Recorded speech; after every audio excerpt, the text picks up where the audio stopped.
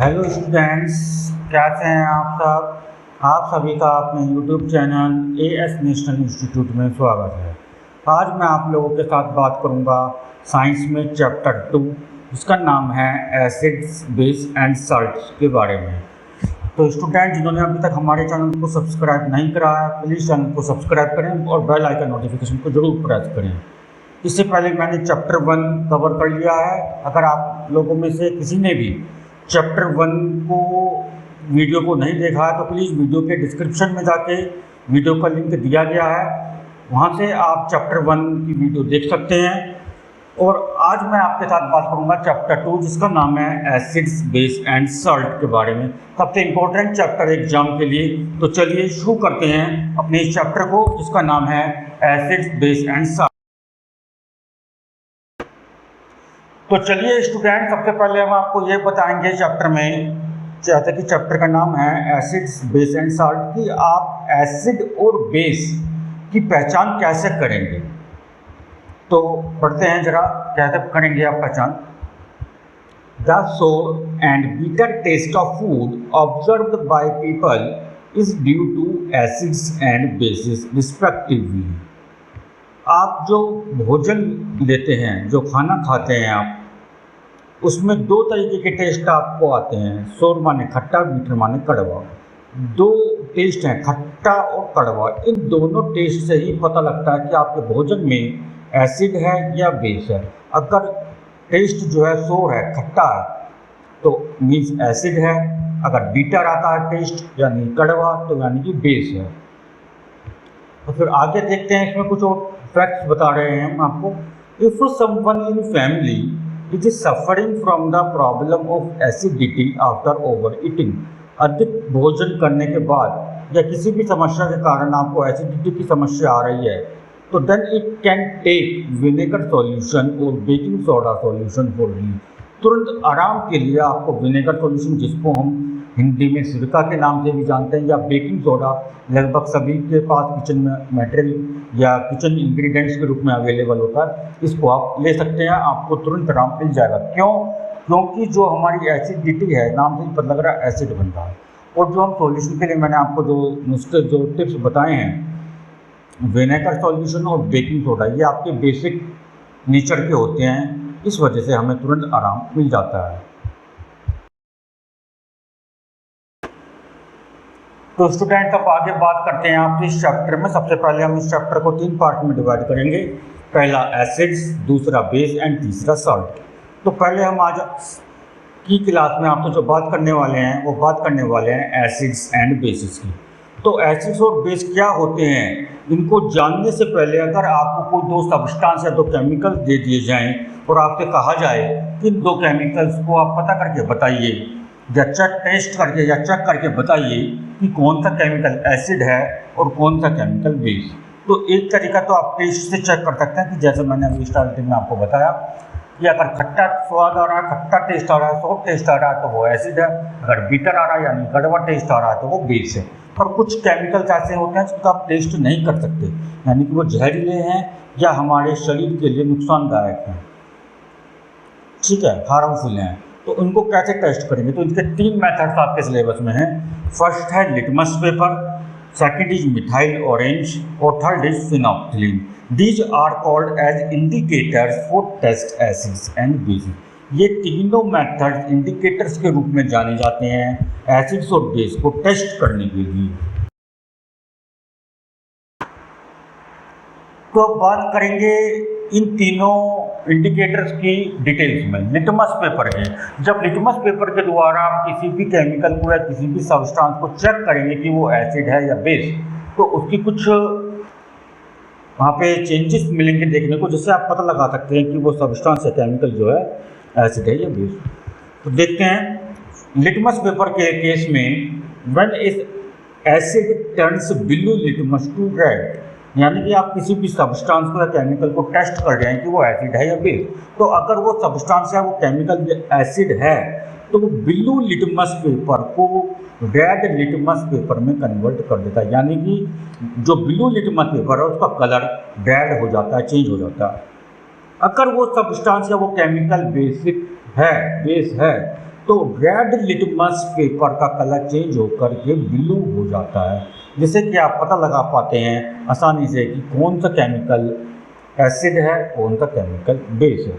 अगर आपके पास केवल एक ही लिटमस पेपर है, उदाहरण के लिए हम लेते हैं, मान लीजिए आपके पास केवल ब्लू लिटमस पेपर है और आपने उसको पहले किसी केमिकल में, किसी सब्सटेंस में डिप करा और वो एसिड निकला, तो एसिड अगर वो है तो वो ब्लू लिटमस पेपर का कलर चेंज होकर रेड हो जाएगा। और जब आप जिस सॉल्यूशन में या जिस केमिकल में आपने उस ब्लू लिटमस पेपर को डिप करा और वो बेस हुआ तो वो ब्लू ही रहेगा, यानी कि डार्क ब्लू बन जाएगा, उसका कलर चेंज नहीं होगा। अगर आपके पास रेड लिटमस पेपर है और आपने उसको एसिडिक सॉल्यूशन में डिप करा है तो उसका कलर रेड ही रहेगा, और अगर आपने उसको बेसिक सॉल्यूशन में डिप करा है तो उसका कलर चेंज होकर के ब्लू हो जाएगा। इस तरीके से हम लिटमस पेपर के द्वारा अपने किसी भी सब्सटेंस या केमिकल को चेक कर सकते हैं कि वो एसिड है या बेस। दूसरा इंडिकेटर आता है हमारा मिथाइल ऑरेंज। मिथाइल ऑरेंज में एक इंडिकेटर के द्वारा जब हम किसी भी सब्सटेंस या केमिकल को चेक करते हैं कि वो एसिड है या बेस, तो मिथाइल ऑरेंज इंडिकेटर के द्वारा वो उसका कलर चेंज कर दिया जाता है। एसिडिक सॉल्यूशन में वो रेड कलर प्रोड्यूस करेगा और बेसिक सॉल्यूशन में वो येलो कलर प्रोड्यूस करेगा। यानी कि अगर एसिडिक सॉल्यूशन में आप मिथाइल ऑरेंज की कुछ ड्रॉप्स डालते हैं तो वो एसिडिक सॉल्यूशन जो है वो रेड कलर जनरेट कर देगा, रेड कलर का हो जाएगा। अगर आप मिथाइल ऑरेंज की कुछ ड्रॉप्स, कुछ बूंदे बेसिक सॉल्यूशन में डालते हैं तो वो सॉल्यूशन आपका येलो कलर प्रोड्यूस करेगा, जिससे कि आप पता लगा सकते हैं वो सॉल्यूशन आपका एसिडिक नेचर का है या बेसिक नेचर का है। थर्ड इंडिकेटर आता है आपका फिनोप्थिलीन इंडिकेटर। इसके द्वारा भी हम एसिड और बेसिक सॉल्यूशन का पता लगाते हैं।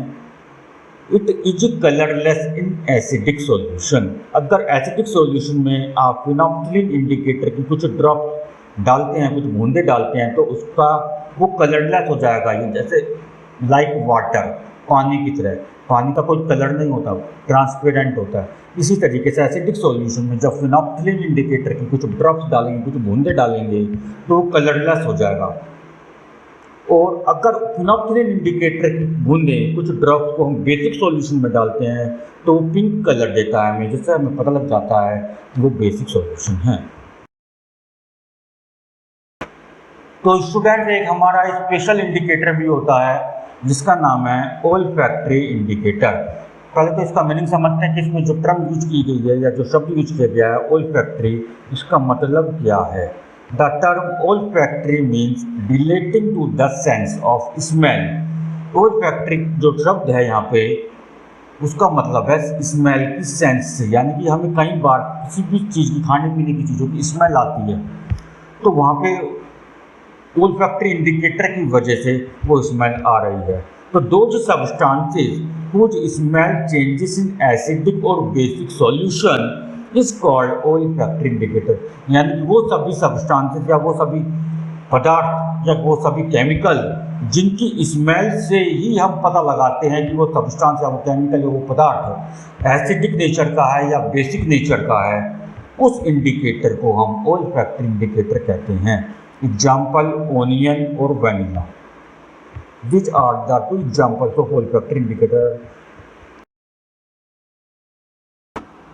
तो चलिए अब हम आगे पढ़ते हैं। सबसे मेन डेफिनेशन आती है आपको, जैसे चैप्टर का नाम था और फर्स्ट टॉपिक था हमारा एसिड का, तो हम पढ़ेंगे कि एसिड होते क्या हैं। What are acids. एसिड्स को हिंदी में अम्ल कहा जाता है, अम्ल। तो एसिड किन्हें कहते हैं। Acids are those chemical substances which have sour in taste. Acids change the color of blue litmus to red. Acids वो chemical substances हैं, वो रासायनिक पदार्थ हैं जिनका खट्टा स्वाद होता है, जिनका टेस्ट सोर होता है, खट्टा होता है। Acids change the color of blue litmus to red. Acids जो हैं ब्लू लिटमस पेपर का कलर चेंज करके रेड में कन्वर्ट कर देते हैं। और क्या करते हैं आपके मिथाइल ऑरेंज में के केस में वो रेड कलर प्रोड्यूस करते हैं, और फिनोप्थिलीन इंडिकेटर के यूज में या रिलेशन में वो एसिड कलरलेस सॉल्यूशन प्रोड्यूस करते हैं, जिससे हमें पता लगता है कि वो जो सब्सटेंस है, वो केमिकल सब्सटेंस है, रासायनिक पदार्थ है, वो एसिड है और उनका जो टेस्ट है, वो जो स्वाद है, वो खट्टा होता है। एग्जाम्पल लेमन, नींबू, ऑरेंज, संतरा, राव मैंगो, कच्चा आम। This are the examples of acids. तो स्टूडेंट, ये तो एसिड्स की डेफिनेशन हुई। अब एसिड्स भी आपके काफ़ी सारे प्रकार के होते हैं। There are many types of acids. वो विभिन्न प्रकार के एसिड्स आपके होते हैं जिनको नीचे क्लासिफाइड किया गया है। Organic acids, mineral acids, strong acids, weak acids, concentrated acids, dilute acid and diluting acid. इन सभी एसिड्स के बारे में हम शॉर्ट में डिटेल्स में पढ़ेंगे। इनकी डेफिनेशन पढ़ेंगे कि इन तीनों में क्या क्या डिफरेंसेस हैं। ऑर्गेनिक एसिड किसे कहते हैं, स्ट्रॉन्ग एसिड किसे कहते हैं, कंसंट्रेटेड एसिड किसे कह रहे हैं, डाइल्यूट और डाइल्यूटिंग एसिड किसे कह रहे हैं। तो चलिए आगे चलते हैं। तो सबसे पहले आता है हमारा टाइप्स ऑफ एसिड्स में organic acids. The acids present in plants, materials and animals are called organic acids. वो सभी एसिड्स जो प्लांट्स के और एनिमल्स के मटेरियल्स में उपलब्ध होते हैं, पाए जाते हैं, उन रासायनिक पदार्थों को हम ऑर्गेनिक एसिड्स कहते हैं। वो सभी रासायनिक पदार्थ, वो सभी केमिकल सब्सटेंस जो प्लांट्स और एनिमल्स के मटेरियल्स में पाए जाते हैं और उनका एसिडिक नेचर होता है, उन एसिड्स को या उन केमिकल सब्सटेंसेस को हम ऑर्गेनिक एसिड्स कहते हैं। अब सेकंड आता है आपका mineral acids. The acids prepared from minerals of earth are called mineral acids.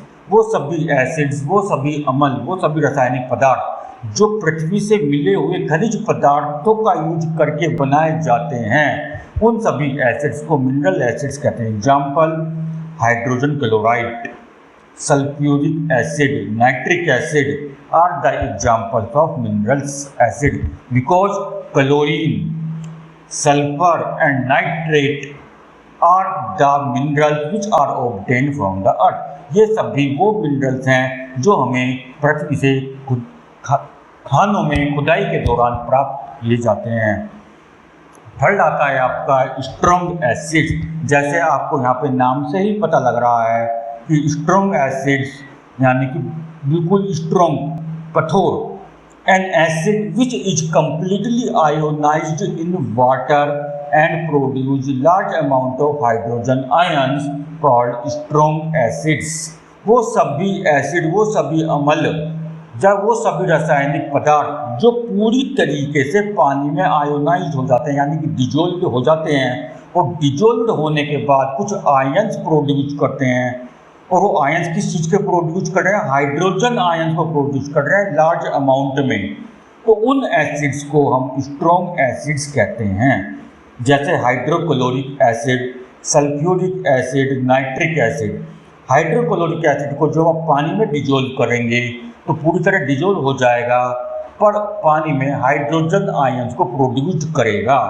इस वजह से इस एसिड को स्ट्रॉन्ग एसिड की कैटेगरी में रखा गया है और इसके डेफिनेशन में कंप्लीटली आयोनाइज्ड इन वाटर का यूज, कंसेप्ट का या शब्द का, वर्ड का यूज करा गया है। तो चलिए आगे चलते हैं, बाकी के एसिड्स के बारे में जान। अब आता है हमारा वीक एसिड्स। स्ट्रॉन्ग एसिड अभी हमने पढ़ा, उसका जस्ट अपोजिट है वीक एसिड, यानी कि वो एसिड, वो सभी रासायनिक पदार्थ या वो सभी अम्ल जो कमज़ोर होते हैं, वीक होते हैं।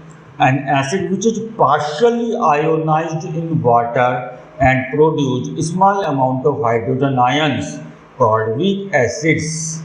वो सभी एसिड जो पानी में पूरी तरीके से आयोनाइज नहीं हो पाते यानी कि डिजोल्व नहीं हो पाते हैं, या ये कह सकते हैं कि पूरी तरीके से हाइड्रोजन आयन्स को प्रोड्यूस नहीं करते हैं, और जो करते हैं वो भी स्मॉल अमाउंट में प्रोड्यूस करते हैं, उन एसिड्स को वीक एसिड्स कहते हैं। जैसे acetic acid, formic acid, citric acid, tartaric acid, carbonic acid are the examples of weak acid.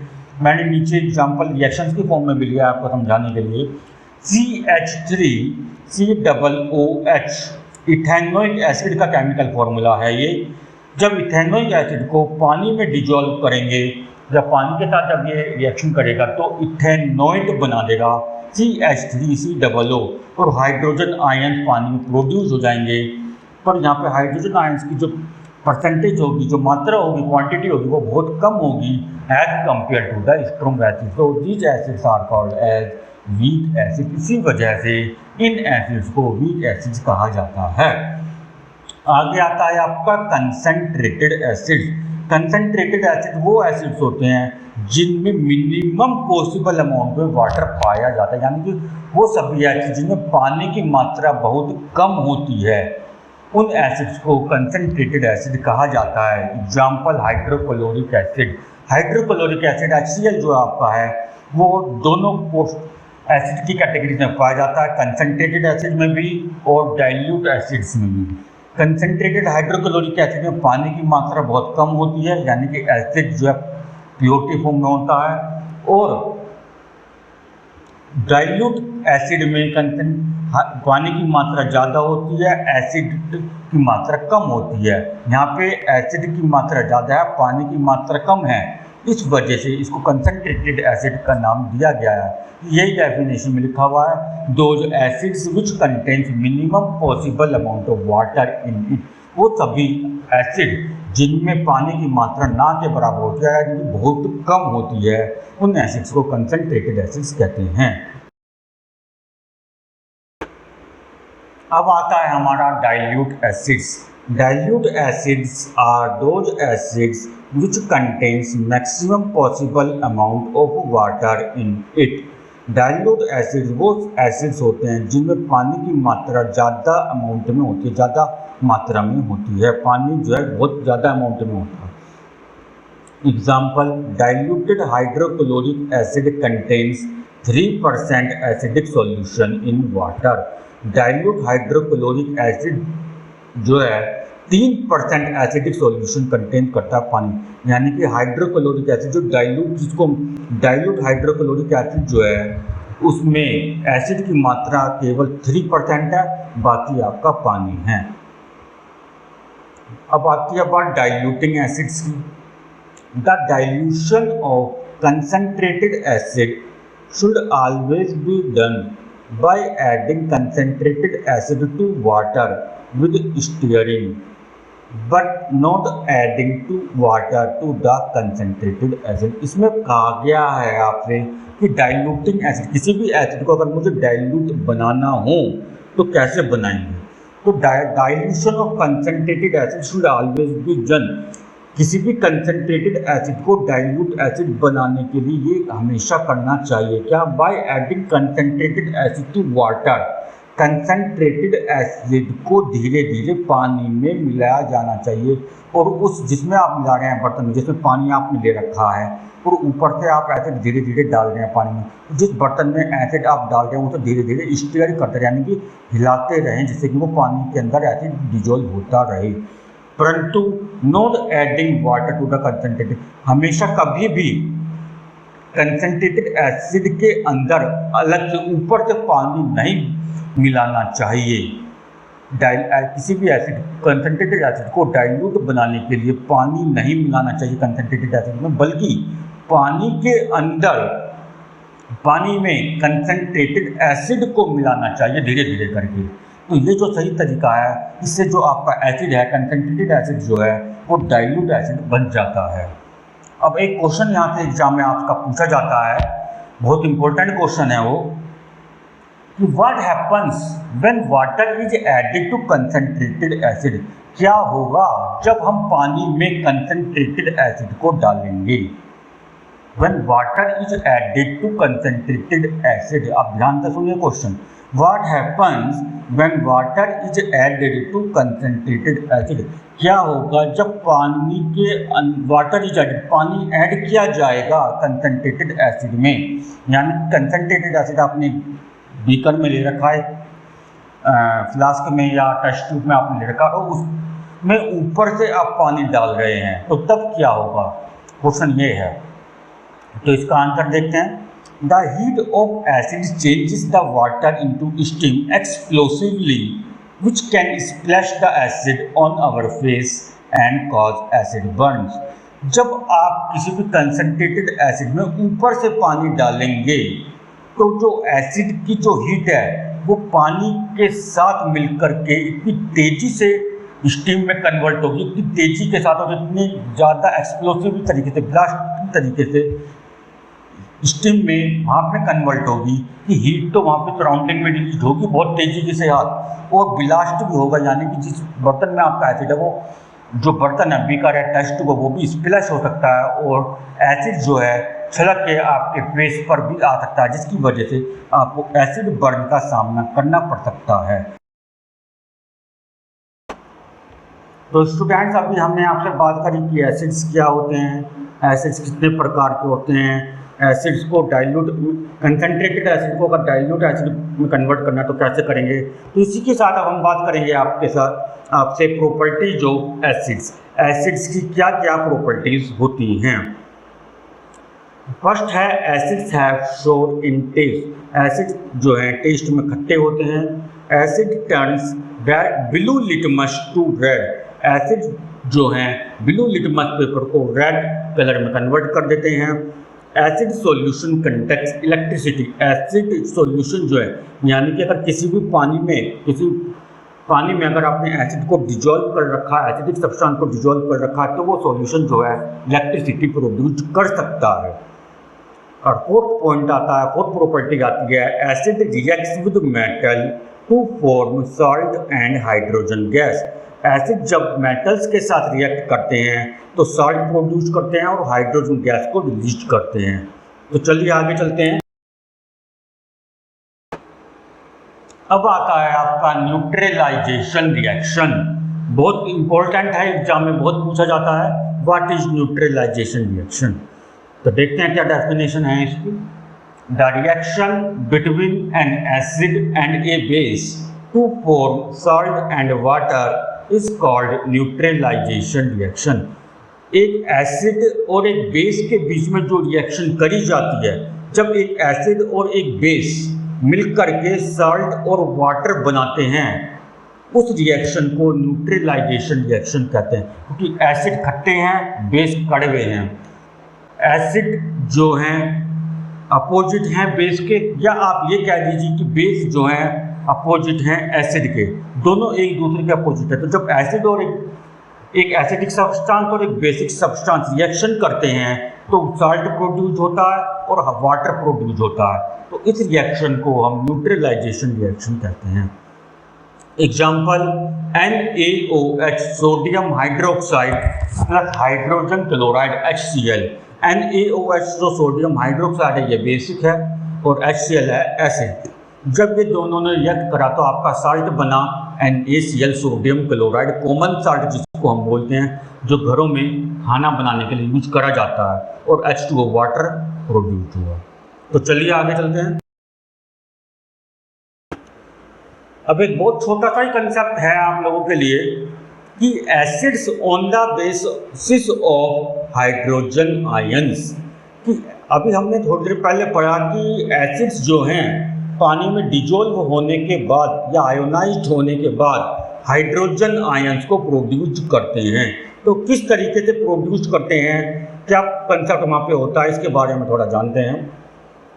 Acid is a substance which dissociates on dissolving in water and produce hydrogen ions is called electrolysis of water।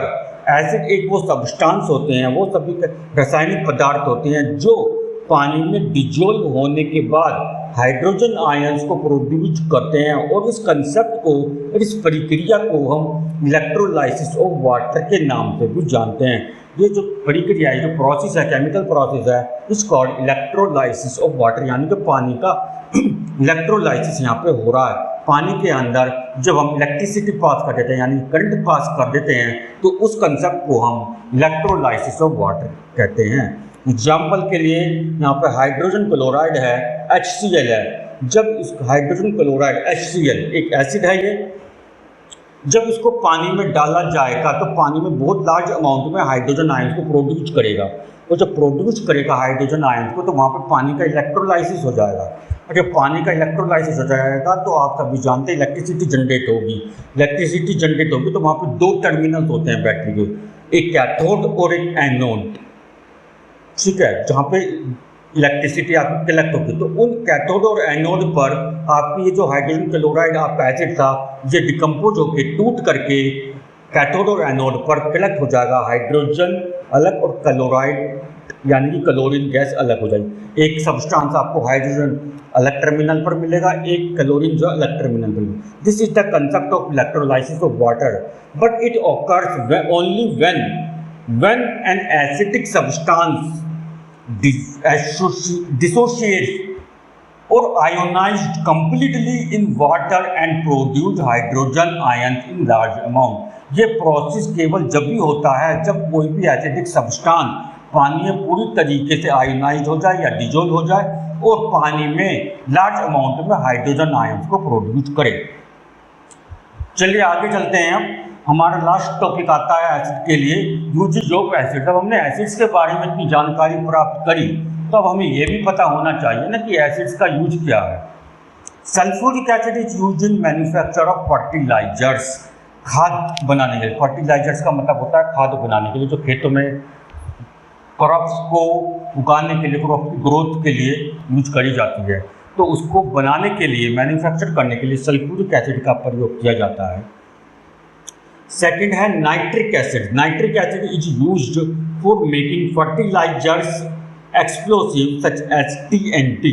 Fertilisers का एक substitute substance है जिसको हम TNT बोलते हैं, वो उसको बनाने के लिए नाइट्रिक एसिड का प्रयोग करा जाता है।